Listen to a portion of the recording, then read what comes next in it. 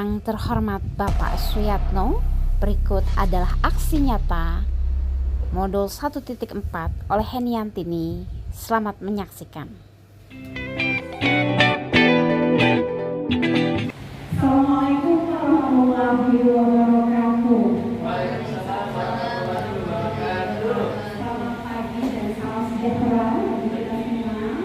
Terima kasih Bapak Ibu sudah berkenan hadir dalam destinasi modul 1.4 di mana dengan tema pentingnya penerapan budaya positif dan juga dari para peserta didik. Bapak Ibu, untuk kelancaran kegiatan kita, mari sama-sama kita doa hewan serta keyakinan kita masing-masing. Berdoa kami silakan.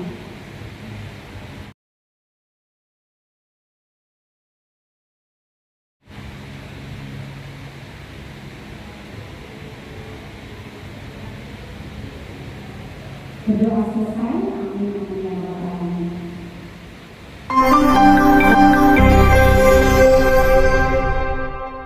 Baik Bapak Ibu, langsung saja ke materi di mana Bapak Ibu berada di sini.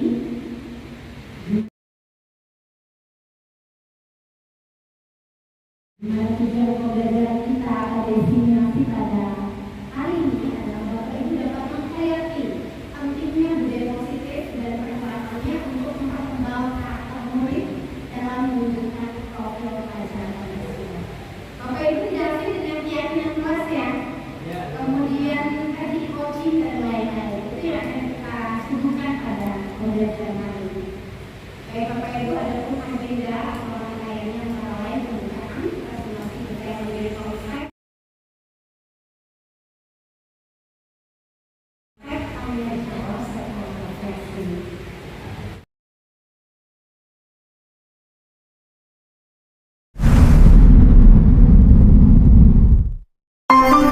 Bapak Ibu, kita eksplorasi konsep terlebih dahulu, di mana ada beberapa poin di sini, ada disiplin positif dan nilai-nilai kebajikan, teori motivasi, hukuman, penghargaan, restitusi. Kira-kira bedanya apa? Beda nggak? Hukuman sama memberikan motivasi, kemudian memberikan nanti bahas lebih jauh.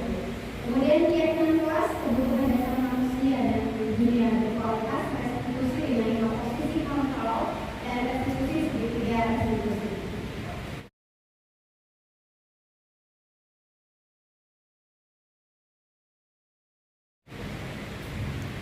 Baik Bapak Ibu, di perubahan paradigma belajar ini, saya ingin Bapak Ibu terbagi menjadi dua kelompok, satu kelompok terdiri dari dua orang.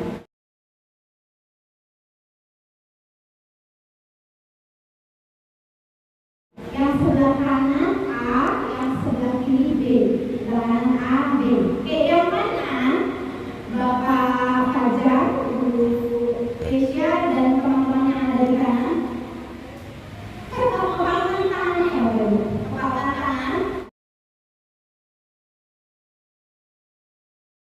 Oke, yang kanan, yang kanan, yang kanan. Oke, Bapak Fajar dan teman-teman yang kanan, kepalkan tangan. Seolah-olah menunjukkan sesuatu yang sangat berharga. Ini yang kalau tanpanya akan tiada. Nah yang kiri, Bapak Ibu yang kiri, Pak Kris, Pak Dede, Pak Wida, Pak Ivan, Bu Gita, Bu Kokom, dan teman-teman yang lain, coba berupaya mengambil apa yang ada di kanan Bapak Ibu. Gimana caranya Bapak Ibu yang kanan mempertahankan atau memberikan? Gimana caranya yang sebelah kiri membujuk atau dengan cara mengkritik, menggoda, memarahi, terserah Bapak Ibu. Oke, dimulai, paham ya? Dimulai dari sekarang.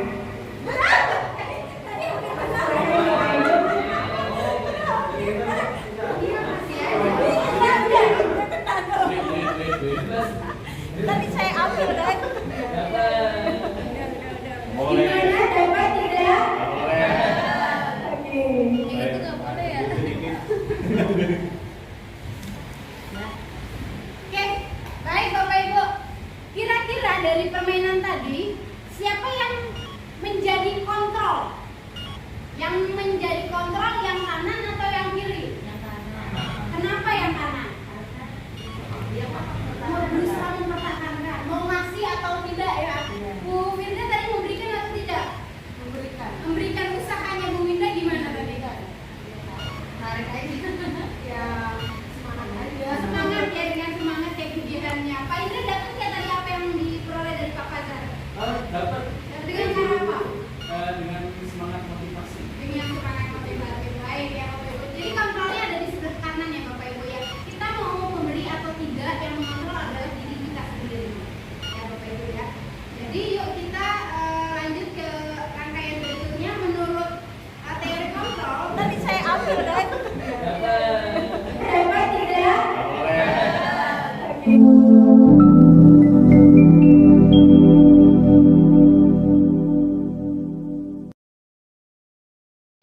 Baik Bapak Ibu, kira-kira dari permainan tadi siapa yang menjadi kontrol? Yang menjadi kontrol yang kanan atau yang kiri? Yang kanan. Kenapa yang kanan? Mau berusaha mempertahankan, mau ngasih atau tidak ya? Bu Winda tadi memberikan atau tidak? Memberikan usahanya Bu Winda gimana tadi? Tarik aja.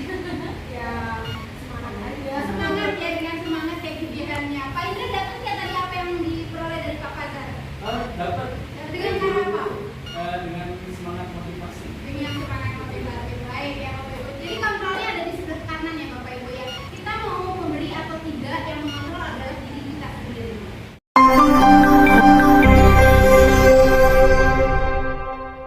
Ya Bapak Ibu ya. Jadi yuk kita lanjut ke rangkaian berikutnya menurut teori kontrol.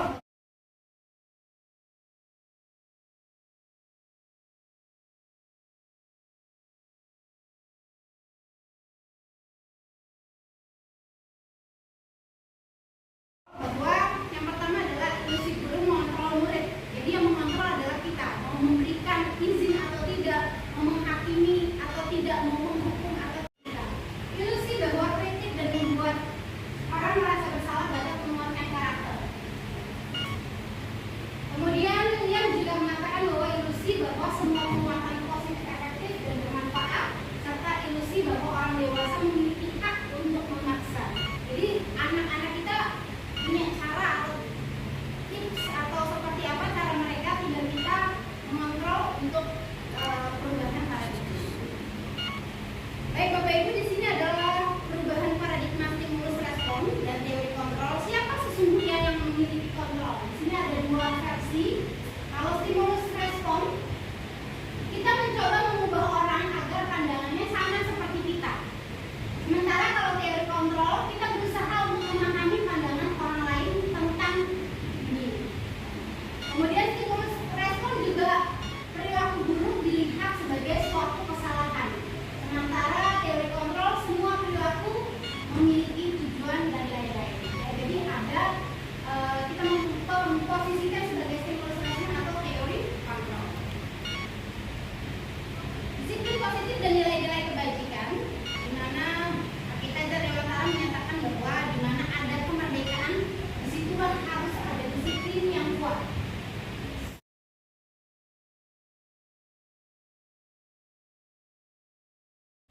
Sungguh pun disiplin itu bersifat self disiplin, yaitu kita sendiri yang mewajibkan kita dengan sekeras-kerasnya. Tapi itu sama saja, sebab kalau kita tidak cakap melakukan disiplin, wajiblah penguasa lain mendisiplinkan diri kita. Jadi kontrolnya ada di diri. Bapak Ibu, beberapa penerapan disiplin yang sekolah kita sudah lakukan, ya antara lain melakukan nilai-nilai kewajiban seperti kegiatan 5S, kemudian tadarus bersama, serta kegiatan yang sudah menerapkan nilai-nilai kebajikan.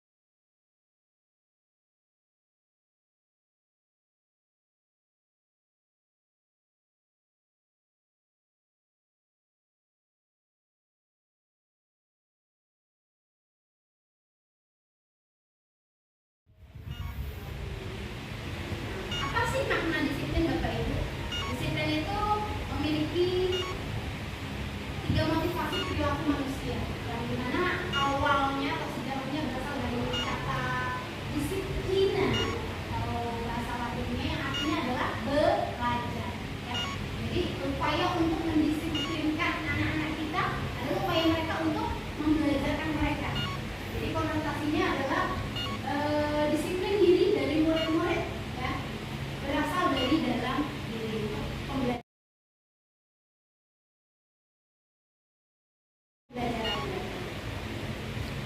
Merdeka menurut Ki Hajar Dewantara artinya tidak hanya terlepas dari perintah, akan tetapi juga cakap membuat memerintahnya diri sendiri.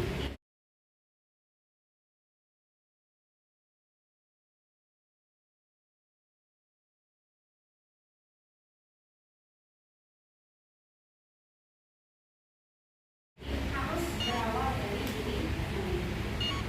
Nah, berikut adalah teori motivasi perilaku manusia.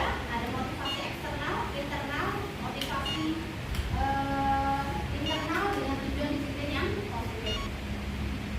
Mengapa tidak peraturan saja? Mengapa harus ada keyakinan kelas? Mengapa kita setiap pembelajaran di awal tidak membuat peraturan, tapi membuat keyakinan, Bapak Ibu? Nah, ini adalah untuk memotivasi intrinsik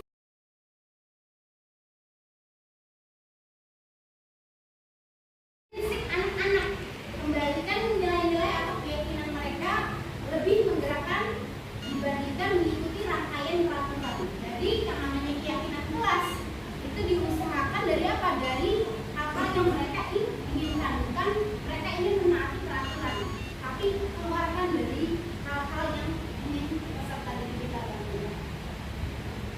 Nah, ini budaya positif.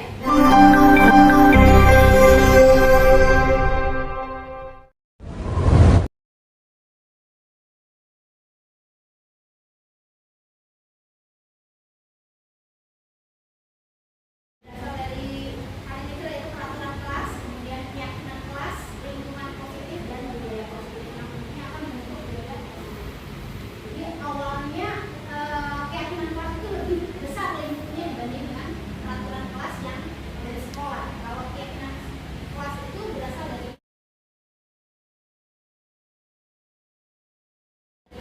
diri mereka sendiri. Baik Bapak Ibu, ini adalah peraturan. Nah sekarang kalau bentuk keyakinan kelasnya apa? Misalnya yang pertama,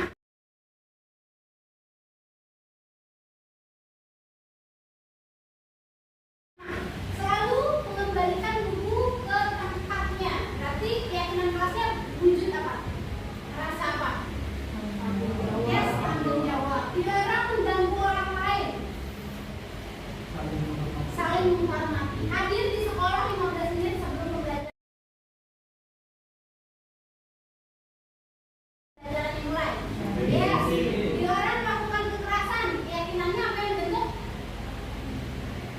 Dilarang yes. Dilarang menggunakan narkoba. Patuh terhadap hukum, bergantian atau menunggu giliran. Disiplin, menggunakan masker.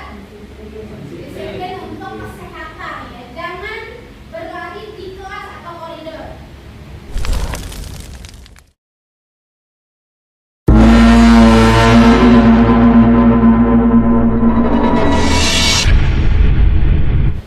Kira-kira apa? Keyakinan kelasnya? Coba kita lihat, benar nggak jawabannya? Banyak yang sudah cukup pas, ya. Jadi itulah peraturan kita kemas dalam bentuk keyakinan kelas atau nilai-nilai.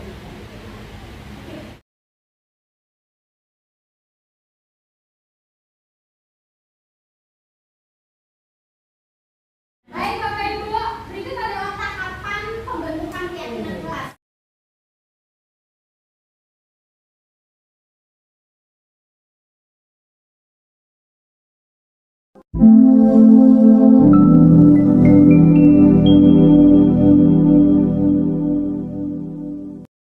Yang pertama adalah mempersilahkan murid-murid kita untuk bercurah dulu nih pendapat tentang peraturan yang perlu disepakati. Jadi dari mana? Dari kita atau dari murid? Dari murid. Ya, dari murid. Mencatat semua masukan-masukan para murid di papan tulis atau di kertas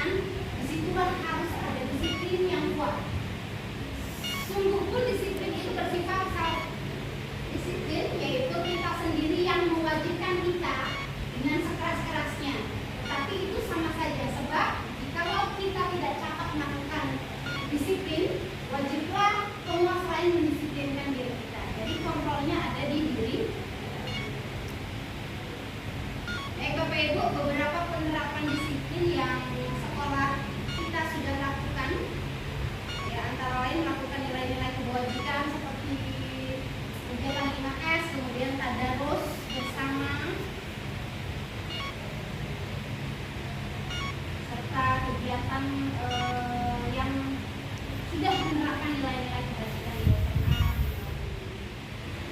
Apa sih makna disiplin Bapak Ibu? Disiplin itu memiliki 3 motivasi perilaku manusia, yang dimana awalnya atau sejarahnya berasal dari kata disiplina atau bahasa Latinnya yang artinya adalah belajar. Ya. Jadi upaya untuk mendisiplinkan anak-anak kita adalah upaya mereka untuk membelajarkan mereka. Jadi konotasinya adalah disiplin diri dari murid-murid, ya, berasal dari dalam diri pembelajaran mereka. Merdeka menurut Ki Hajar Dewantara artinya tidak hanya terlepas dari perintah, akan tetapi juga cakap membuat memerintahnya diri sendiri. Jadi harus berawal dari diri sendiri. Nah, berikut adalah teori motivasi perilaku manusia. Ada motivasi eksternal, internal, motivasi internal dengan tujuan disiplin yang positif. Mengapa tidak peraturan saja? Mengapa harus ada keyakinan kelas? Mengapa kita setiap pembelajaran di awal tidak membuat peraturan, tapi membuat keyakinan Bapak Ibu? Nah, ini adalah untuk memotivasi intrinsik anak-anak, kembalikan nilai-nilai atau keyakinan mereka lebih menggerakkan dibandingkan mengikuti rangkaian peraturan. Jadi yang namanya keyakinan kelas itu diusahakan dari apa? Dari hal-hal yang mereka inginkan, bukan mereka ingin menaati peraturan, tapi keluarkan dari hal-hal yang ingin peserta didik kita lakukan. Nah, ini budaya positif berasal dari hal kecil, yaitu peraturan kelas, kemudian keyakinan kelas, lingkungan positif, dan budaya positif yang tentunya akan membentuk budaya positif. Jadi awalnya keyakinan kelas itu lebih besar lingkupnya dibanding dengan peraturan kelas yang dari sekolah. Kalau keyakinan kelas itu berasal dari diri mereka sendiri. Baik Bapak Ibu, ini adalah peraturan. Nah, sekarang kalau bentuk keyakinan kelasnya apa? Misalnya yang pertama, selalu mengembalikan buku ke tempatnya. Berarti keyakinan kelasnya wujud apa? Rasa apa?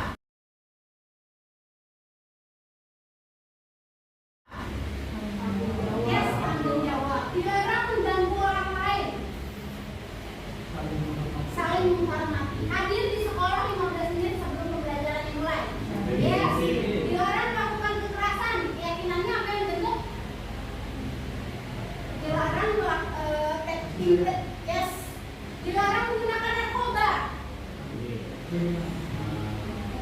Patuh terhadap hukum, bergantian atau menunggu giliran. Disiplin, menggunakan masker. Disiplin untuk kesehatan, ya. Jangan berlari di kelas atau koridor. Kira-kira apa? Keyakinan kelasnya? Coba kita lihat dengan nggak jawaban banyak yang sudah cukup pas, ya. Jadi itulah peraturan kita kemas dalam bentuk keyakinan kelas atau nilai kebajikan. Pantek atau dipasang di kelas kita masing-masing. Jadi contoh pembentukan keyakinan kelas. Bagaimana jika ada pelanggaran di dalam menjalankan keyakinan kelas?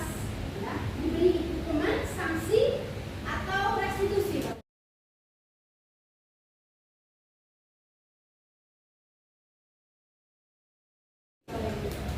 Berikut penjelasannya perbedaan antara hukuman dan disiplin, yaitu berupa konsekuensi atau restitusi. Ya. Contoh saya ambil satu, misalnya murid atau anak akan tersakiti bila terkena hukuman. Tapi bila diberi disiplin, mereka akan dibuat tidak nyaman. Ya. Kemudian bila diberikan restitusi, peserta didik dapat mendapatkan penguatan. Itu bedanya. Hukuman, sanksi, dan restitusi. Misalnya saya ambil contoh lagi satu. Negatif nih misalnya. Awas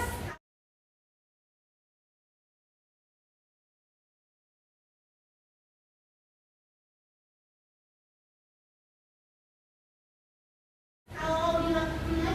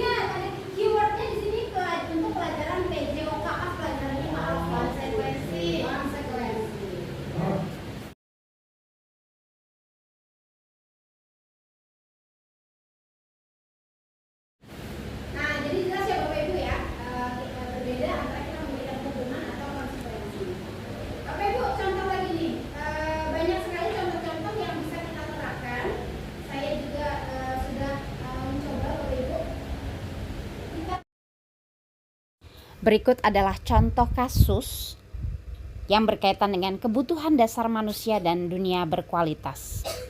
Ibu Ambar, guru wali kelas 2A di SD Pelita Hati, sedang bingung menghadapi ulah salah satu murid di kelasnya, Doni. Beberapa anak di kelas 2A telah datang kepadanya dan mengeluhkan Doni yang seringkali meminta bekal makan siang mereka dengan paksa. Jika Anda menghadapi situasi seperti Ibu Ambar, apa yang Anda akan lakukan? Menurut Anda, kira-kira apa nih alasan Doni melakukan hal tersebut? Untuk itu, kita akan melihat kebutuhan dasar yang menjadi latar belakang, kemudian kita melakukan restitusi untuk mengurai permasalahan dan mendapatkan solusi dari kasus tersebut. Dan dipersilakan kepada Bapak Ibu peserta untuk secara berpasangan melakukan aplikasi restitusi terhadap kasus-kasus yang Bapak Ibu pilih untuk sama-sama mencari solusi berdasarkan restitusi. Berikut adalah beberapa contoh restitusi yang dilaksanakan oleh Bapak Ibu peserta.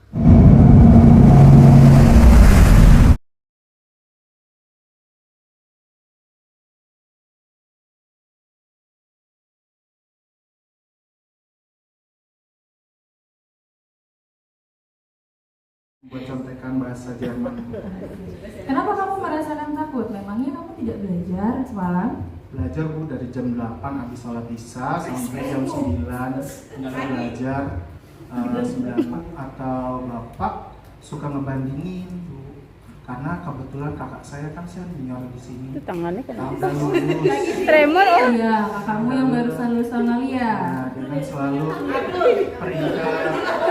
Ya, saya tidak percaya diri aja. Ya, baik. Ibu paham, Ibu juga mengerti bahwa dibanding-bandingkan itu rasanya tidak enak ya nak ya. Tuh, apalagi dibandingkan dengan saudara kandung sendiri, dengan kakak sendiri. Tuh, Ibu paham bahwa kamu merasa tidak nyaman.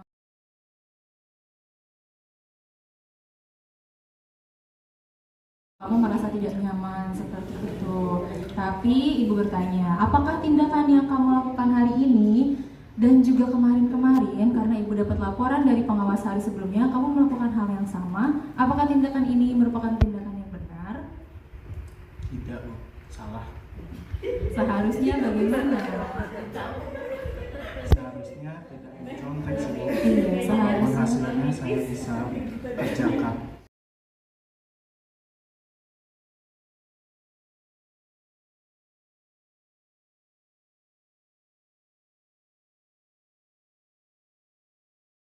Baik Bapak Ibu, berikut saya contohkan restitusi yang dikemas atau dibuat terhadap kasus pertama di mana anak tersebut berantem nih ceritanya ya. Jadi Safa sama Marsha ini berantem, dilihat kok si Safa kok murung terus gitu, jadi nggak memperhatikan padahal dia anaknya yang cerdas ya. Tapi kok dia kenapa? Kita tanyakan Bapak Ibu. Jadi kita jangan menjudge atau mengomeli anak kita di kelas, tapi kita bawa, kita tarik mereka, kita lakukan coaching untuk melakukan restitusi terhadap permasalahan tersebut untuk hal kecil. Jadi coba kita simak bersama hasil coaching beberapa waktu lalu.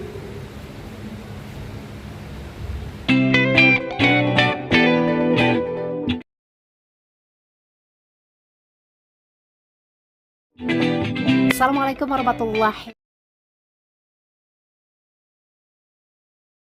wabarakatuh. Saya Hediantini, fasilitator rekognisi. Berikut saya akan tampilkan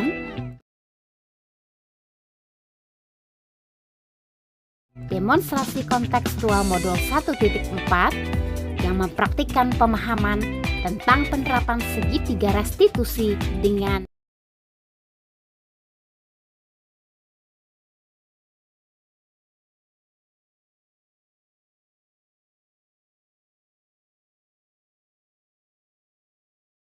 peserta didik di sekolah saya. Berikut adalah videonya. Selamat menyaksikan. Apa ya ibu manggil saya? Iya, Safa, silakan duduk sayang. Ibu. Begini Safa, Ibu mengamati akhir-akhir ini kamu terlihat murung, kemudian menyendiri, tidak fokus, dan kurang memperhatikan pelajaran Bapak Ibu guru. Ada masalah apa ya, Safa? Ibu, saya malas untuk berangkat ke sekolah. Kenapa? Gini Bu, beberapa waktu lalu Megi tidak mau lagi ngajak saya ke masjid, ke kantin dan lain-lain. Saya berpikir dia mengasuhkan saya, tidak mau berteman lagi dengan saya. Oh begitu. Kamu berhak bersikap demikian bila dicuekin sama teman. Itu wajar kok, manusiawi. Nah, boleh nggak Ibu memanggil Misha supaya clear masalahnya? Iya Ibu, boleh.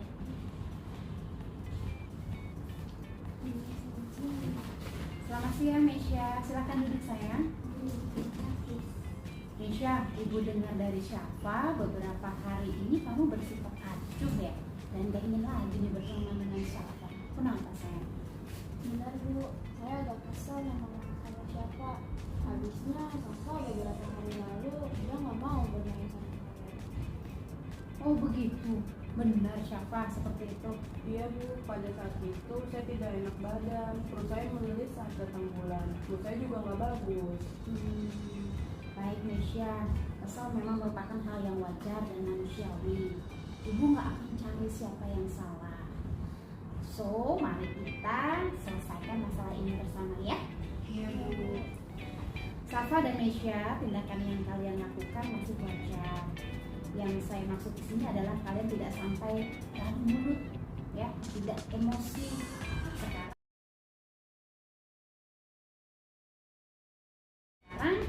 kalian ingat nggak keyakinan kelas yang kalian sudah tunjukkan? Kira-kira yang belum kamu tunjukkan apa? Tanggung jawab, mandiri, dan saling menyayangi dan menghargai satu sama lain. Bagus, apa ingat ternyata. Kalau Misha?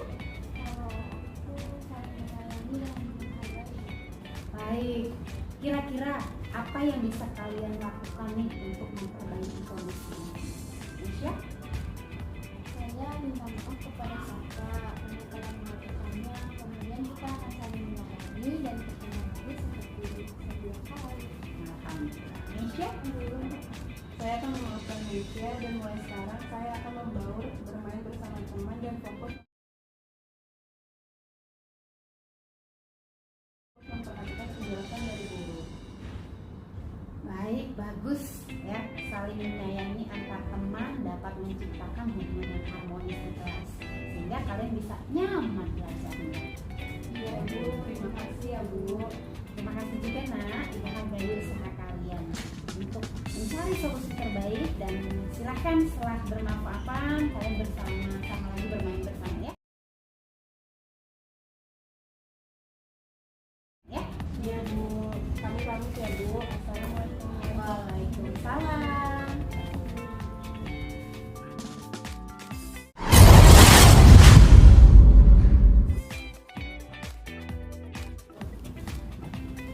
Bu,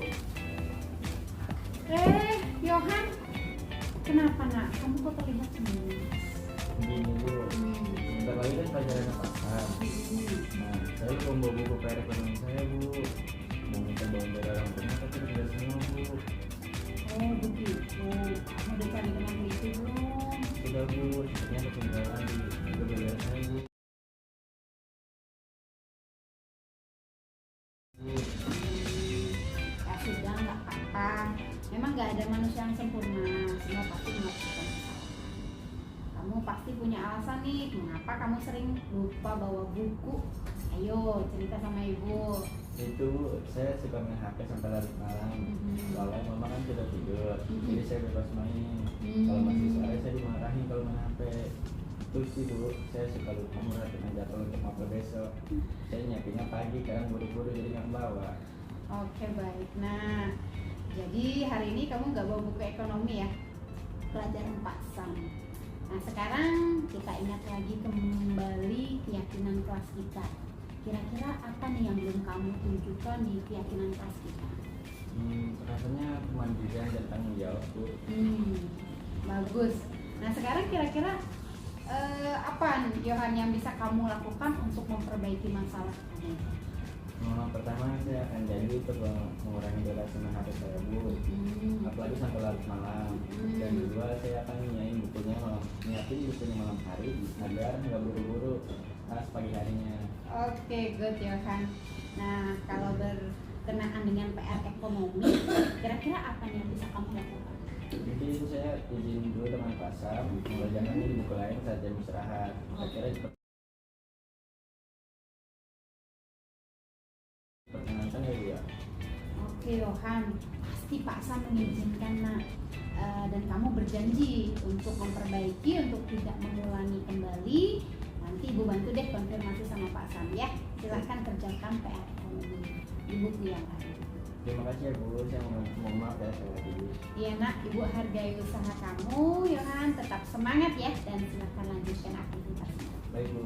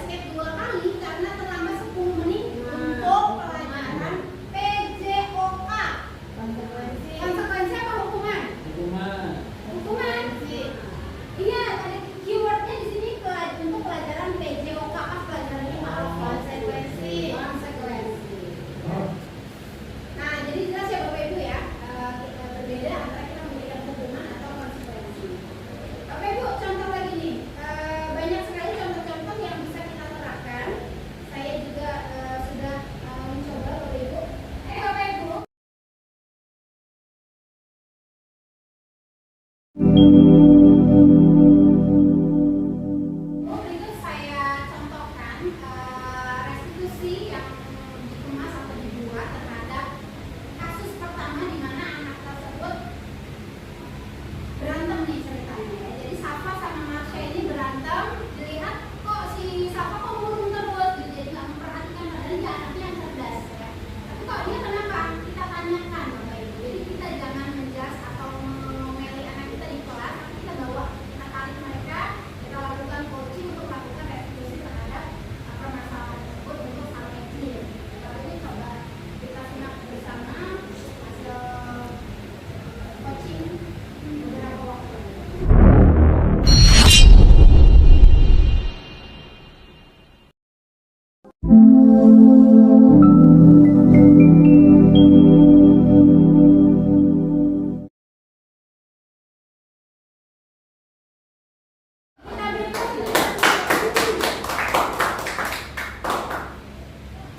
Baik.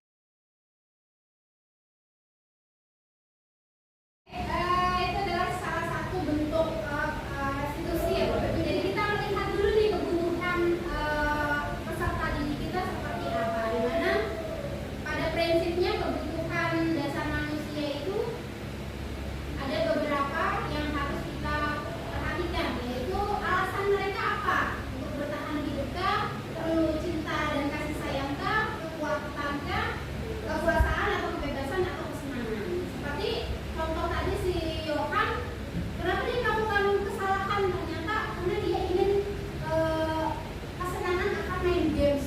Dia lupa terus untuk membawa buku pelajaran. Kalau tadi katanya buku pelajaran ekonomi yang biasa lupa. Ya. Jadi kita lihat dari kembali dulu kebutuhan dasar pada manusia. Oke, ini penguatannya. Nah, ini adalah 5 posisi kontrol Bapak Ibu. Kita menghukumkah, membuat orang lain merasa bersalahkah, sebagai temankah atau sebagai manajerkah? Ya. Bila kita menghukum, contohnya seperti ini, patuhi aturan saya atau ada kata awas. Nah, ini kita harus lihat sebagai menghukum. Ya.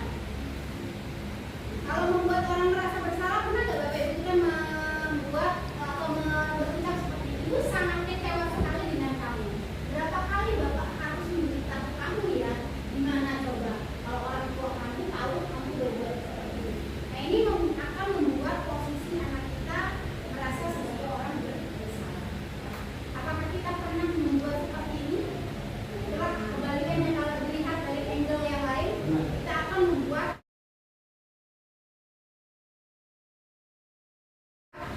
posisi peserta didik kita sebagai orang yang merasa bersalah.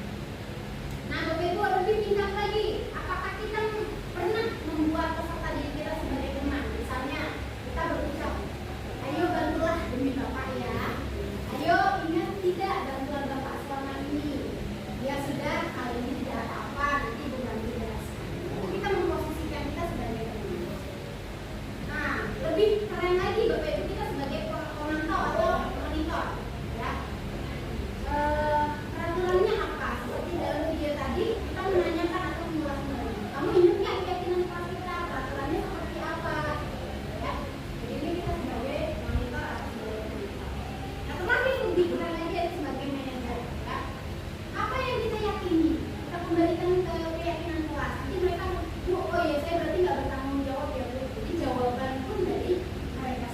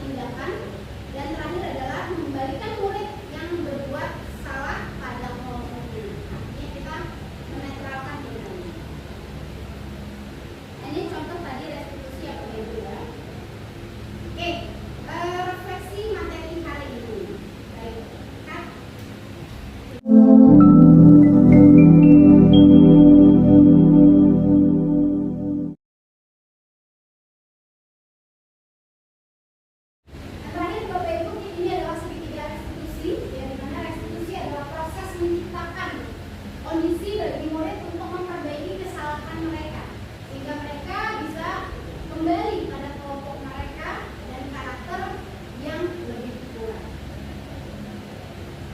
Oke, 3 tahapannya adalah kita stabilin dulu nih identitas dari anak. Dia anak bercerita dulu, kemudian kita validasi apa yang anak bisa lakukan dan kita menanyakan keyakinan dia untuk mencari solusi. Nah, ini adalah ciri-ciri restitusi, bukan untuk menebus kesalahan, tapi untuk memperbaiki hubungan. Tawaran bukan paksaan. Restitusi menuntut integritas dalam diri dan mencari kebutuhan dasar yang mendasari tindakan. Dan terakhir adalah mengembalikan murid yang berbuat salah pada kelompoknya.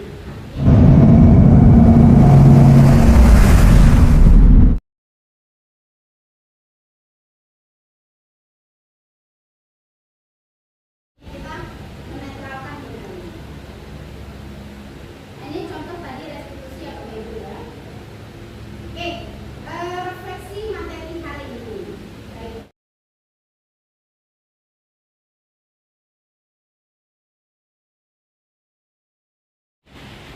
Ya Bapak Ibu, ini refleksi pertemuan kita hari ini, di mana yang pertama materi apa sih yang menurut Bapak Ibu cukup menarik perhatian?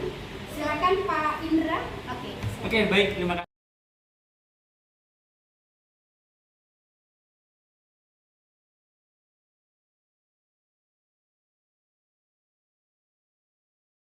Terima kasih. Buat saya yang paling menarik perhatian itu tentang restitusi.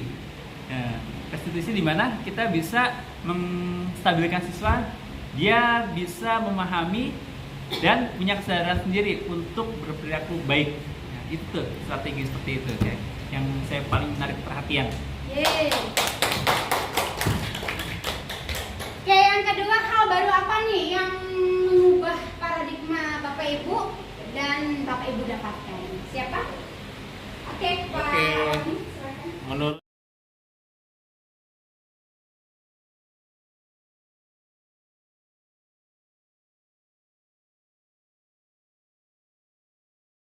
Menurut saya tentang hal baru apa yang mengubah paradigma saya yang saya dapatkan terkait dengan keyakinan kelas. Jadi keyakinan kelas ini lebih di mana murid mempunyai kesepakatan sendiri tentang bagaimana mereka ingin mengubah sikap mereka, tanggung jawab mereka untuk menjadi lebih baik lagi. Jadi artinya mereka yang menginginkan sendiri untuk menjadi anak yang lebih baik lagi dari yang saat ini, seperti itu. Yeay. Baik, yang ketiga, saya akan menjadi pendidik yang seperti apakah setelah mengikuti sesi hari ini? Silakan. Oke, Pak Kris. Silakan Pak Kris.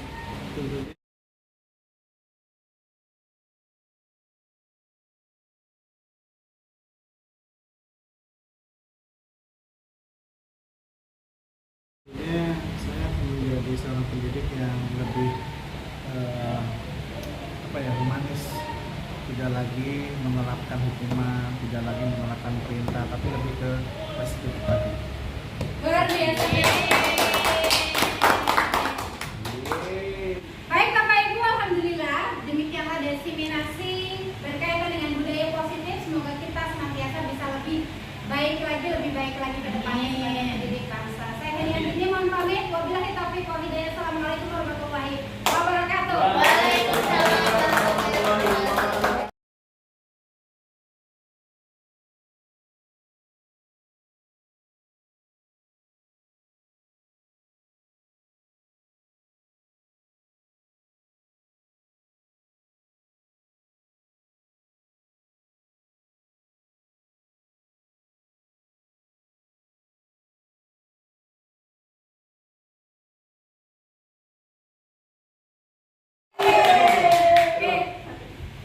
Baik Bapak Ibu, alhamdulillah demikianlah diseminasi berkaitan dengan budaya positif. Semoga kita senantiasa bisa lebih baik lagi ke depannya sebagai